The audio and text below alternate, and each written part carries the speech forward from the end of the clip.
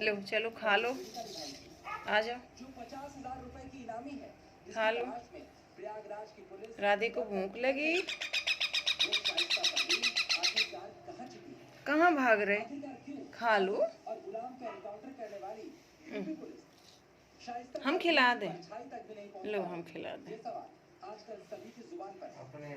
आखिरकार कौन है शाइस्ता परवीन खाओ का अपने आप मालिक से। जो उसे पुलिस से बचाने में मदद कर रहा है? अब यूपी एसटीएफ के डीआईजी अनंत देव ने इस बात का खुलासा कर दिया है।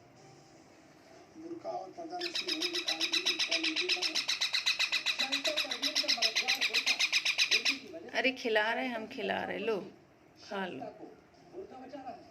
जी हाँ, अतीक अहमद की पत्नी तक अगर यूपी पुलिस अरेस्ट से नहीं पहुंच पा रही तो इसकी सबसे बड़ी वजह शाइस्ता परवीन का बुर्का नशीब होना है, क्योंकि शाइस्ता का चेहरा बुर्के से ढके होने के कारण उसके बारे में पूछना नहीं मिलता है।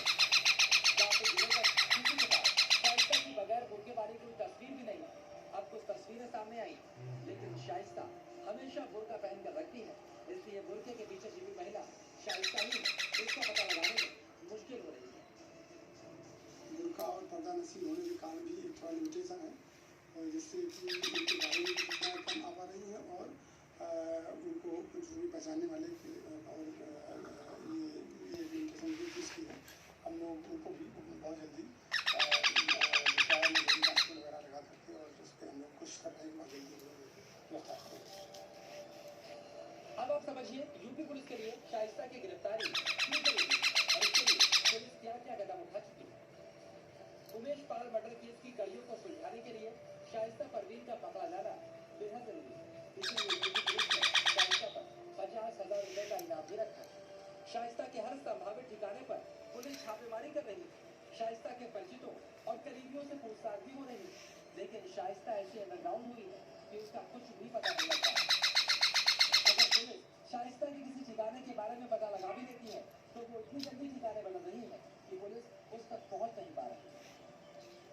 हाँ, उनको 50,000 रुपये की पुरस्कार घोषित है, लगातार फरार चल रही है, अपनी ठिकाने निकल रही है। थोड़ा सा और पर्दा नसीब होने के कारण भी एक थोड़ा लिमिटेशन है।